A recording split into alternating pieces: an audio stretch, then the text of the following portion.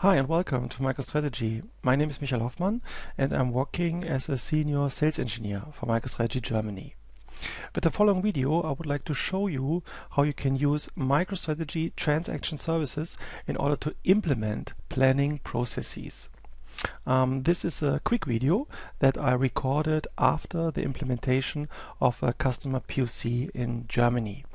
I prepared two scenarios, and in these scenarios I address several different tasks that are important if you would like to implement planning processes.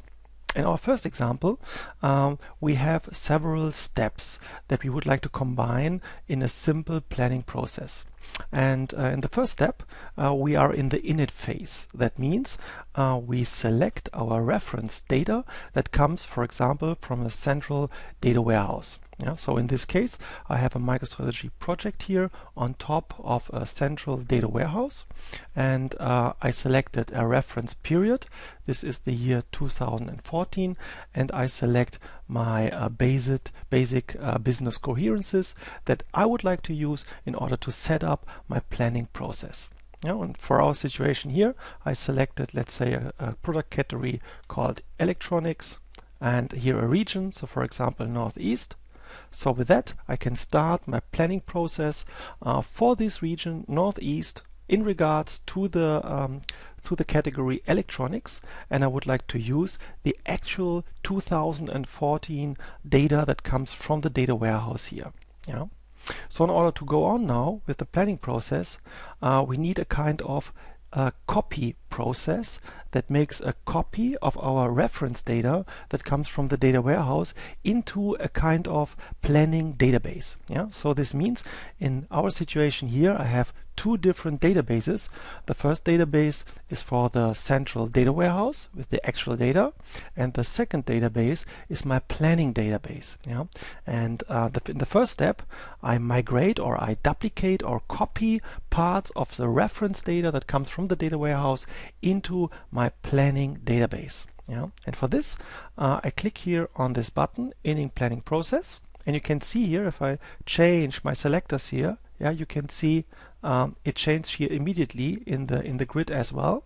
So what you see here is the data that I would like to use as reference data for my planning process. And this data that you see is related to the period 2014. So I click here on this button now, Init Planning Process, just a click, and now MicroStrategy copies the data from the data warehouse into my planning database. But please keep in mind, everything you see now was invented by me, so you can implement every single step absolutely individually with MicroStrategy. This is just one of many options how you can do this with MicroStrategy. Okay. So in the next step, after we copied the data from the data warehouse to my planning database, you can see now that the period has changed. So now we are in the year 2015. This means we copied the data from 2014 to the planning database and related this data to the year 2015 because we would like to edit our reference data now, and we would like to change the reference data to our planning data. So you can see here a grid now with transaction services and MicroStrategy, and in this grid we have two columns here. To the right, the reference data that comes from the data warehouse, and the plan data that is exactly a copy of the reference data. And now we can go on and change this here with transaction services. I do this for some of these items here. Okay. This kind of grid is very suitable if you would like to change several items here very quickly in one process. You will see later that we have different options to implement the process for editing data in MicroStrategy. Okay, I go on here with some of the items. Okay. Now you can see I changed the reference values for some of these rows here.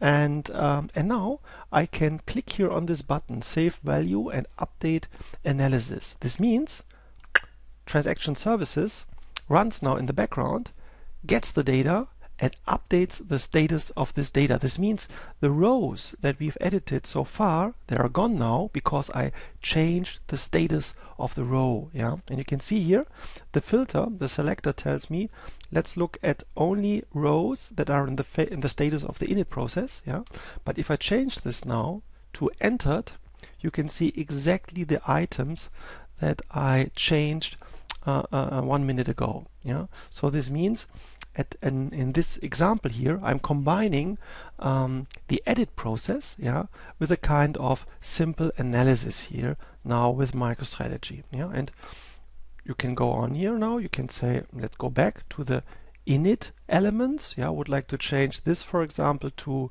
let's say 100,000. Yeah, and I update this again. And now you will find exactly this element.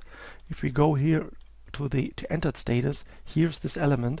So the transaction services changed the status and the value of the plan value in the background. Yeah, and I designed this in that way. So this is absolutely can be designed absolutely individually with MicroStrategy. This is just only one method you can choose in order to change the data or update the data in the data warehouse. In addition to this, you can see here, if you go back to the analysis button here, yeah, you can see now a graph that represents the values that we have entered here in step 2 of our planning process. Yeah. If I go back here to the init status, yeah, you can see the elements in the init status. If you go back to the entered status, you can see the elements in the entered statements that we've entered so far. Okay, and now let's go on.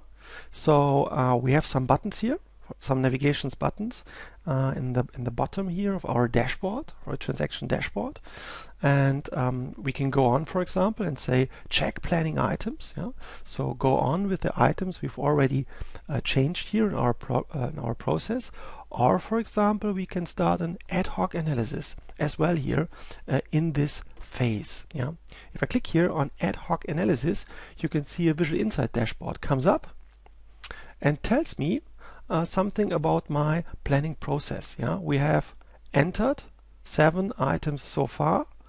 We have 65 items that are still in the init status. Yeah, and you can see all of these items are at no risk at the moment. You will see later that we are able to enter some risk data as well to our planning process. Yeah, but what I would like to show you here is that MicroStrategy is able to combine analytics, yeah, at the same time with the planning process. Yeah, so you can start an ad hoc analysis in real time based on all the processes that are part of the planning process here immediately. Yeah. Okay, let's go back to our planning process. We are still in step 2. Let's go on to step 3. So I check my planning items. Now you can see a different approach. Yeah, in this approach you can see here we have here the items, yeah, that we've entered so far in our planning process. Yeah, by the way, you can see it was the electronic product category, and we edited cameras or audio equipment here. Yeah, and what you can see here now is a real form that we can use here to edit or update or enhance our data. Yeah, this can be done with transaction services as well. So for example, if I click here on this planning item, yeah, for this one here with the 100,000 euro revenue plan value, just one click, you can see now I selected this value here, and for example, I can change this here to 120,000, and I can change the status now. I can say, okay, it's checked. Okay, everything's fine, it's good. I can add some comments and so on and so on. Please keep in mind that I invented the whole process here on my own. Yeah, it's up to you how you would like to define this process. You can enter or edit more fields here to the process as well. This is not a problem. Okay, if I click here on Save Planning Item, you will see that MicroStrategy updates, yeah, this item and changes the status of this item again, so that this item now is not longer visible, yeah, in this list here, in the check and comment values item list that we have here in step 3 of our planning process. Yeah. Let's take another item here. I check this again as well. Yeah, and the next one checked. Okay, and the next one checked. By the way, you can define if you would like to see such a notification window or not. Yeah. Okay, but the last item, this one here, I will put this at risk. So this means status is not checked. I would like to say status is at risk. And now you can see that additional fields are visible now. Yeah, you can define such kind of rules in MicroStrategy that controls are visible in regards to the values of other controls. Yeah, and in our situation here, I changed the status to risk, and this means we have additional risk items here. Yeah, I can say, for example, high risk. Yeah, attention. Yeah, okay, need to check. Okay, and now I can save the planning item. Okay, good. Now you see that we checked all the items that we've entered before in the step 2 phase of our planning process, and now I would like to start the ad hoc analysis again. So I click here on this link, and you can see now, yeah, my Visual Insight dashboard comes up, but now you see different data here. Yeah, you can see we still have 65 rows here that are in status init. Yeah, 2 are entered, 4 are checked, and 1 is at risk. Yeah, and you can see here this one here, high risk, yeah, is the one that we checked before in the process. Yeah. So here again an example how you can combine analysis capabilities, yeah, with the planning process at the same time. Yeah. And at this stage we are doing this in a very simple way. Yeah. Imagine that, let's say 100 or more processes are running at the same time now, yeah, related to different categories, subcategories, and so on and so on. So you, with this approach, you're able to monitor them, all of them at the same time here in real time with MicroStrategy.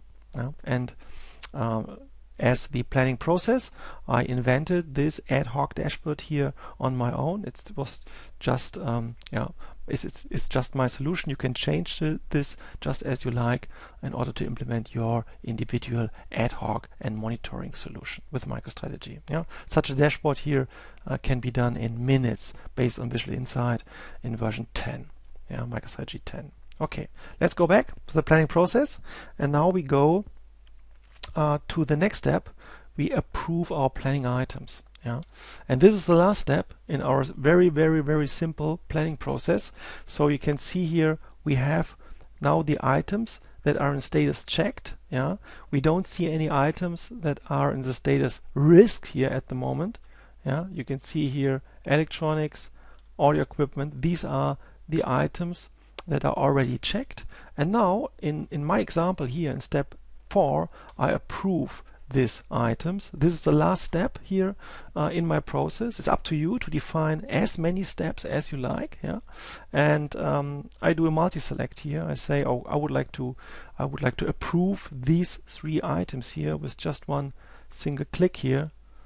I click it, and now the status has changed from these checked items to approved status. And if we go back to ad hoc analysis, you will see this in the overall analysis. So you can see here 3 of them are approved now. Yeah, reference plan, new ref. Yeah, what is the delta? So we have some analytics here in the background. This is telling me about my approved data. Okay. If you like, you can go back to step 1 now, yeah, just as you like.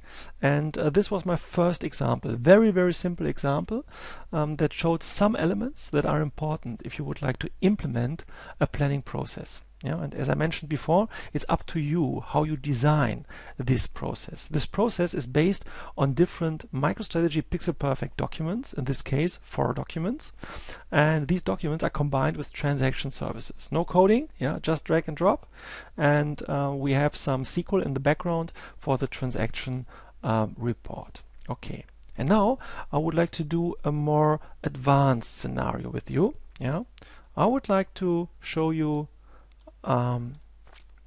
as a planning process, where we have breakdown rules over different elements of a hierarchy. This is a typical scenario that we have when we need to implement planning processes. You can see here I have already some data here in my process, but I would like to reset it now. So I click here on this button, Reset Planning Process. By the way, this is also a MicroStrategy transaction that is running here in the background. If I click here on this button, you see, okay, all our data has gone now, and now we are in a fresh new environment where we can start our new planning process. And in this planning process, I would like to show you how you can define and use breakdown rules for your planning items. Okay, so let's get started. We are now in step 1 of our planning process, and as you can see here, we have an option drop-down list, and in this option drop-down list, you can see if I select an option here, I get breakdown values here, that define a rule how to distribute values over, let's say, all the categories that are part of my product categories. And the rules that you see here in regards to the different percentage values, they come in this case from a relational database. So this means I defined in the background, in this case it's a SQL Server, a table. In this table I defined some rows and columns, and these columns describe, and these rows and columns describe these options here. And it's up to you to define other options and breakdown rules. You just need to enter new additional rows into this table, and then these rules are available here in my process. This is one example how you can do this with MicroStrategy. Okay, so let's get started. Let's say I would like to use option 2 in this case, so 30, 30, 30, 10%, for the distribution of our values. And now I need to select a reference year for my planning process. I would like to start my planning here for year 2016, and I need to enter a reference value as well. For example, I have 2 million euros here, and I would like to distribute these 2 million euros over these product categories automatically. And now I click on Start Breakdown Process for all product categories, and now you can see exactly here the distribution that is related to these options here for the year 2016 for the product categories. Let's make another example. I take option 3 here. We select a planning process for year 2017, and I take 3.5 million euros. And now you can see here the distribution that is related here to these options that we have here in regards to these categories. Okay, so this was an example how MicroStrategy can be used with transaction services in order to implement a kind of automatism that distributes reference values across different levels of a hierarchy. In this case, we're talking about the first level, but you will see in the next step, we are able to adjust these values, and then we are able to break down these values to the next level, so level 2. Okay, let's go ahead. Let's go to the next step, step 2. Okay, in step 2, we are able to adjust our planning values that have been defined by the automatism you've seen before in step 1. Okay, you see here the year 2016. This was our reference value. This is the value that is already planned. These values have been entered by the automatism you've seen before, and the delta is 0. I changed now here the value to, let's say, 700,000. Click Update, and now you can see, wow, we have a minus here, minus delta, 100,000 euros. Minus. This means we need to adjust our planning data in order to get a balanced planning items here. So I go here to music, for example, and I change this to 100,000.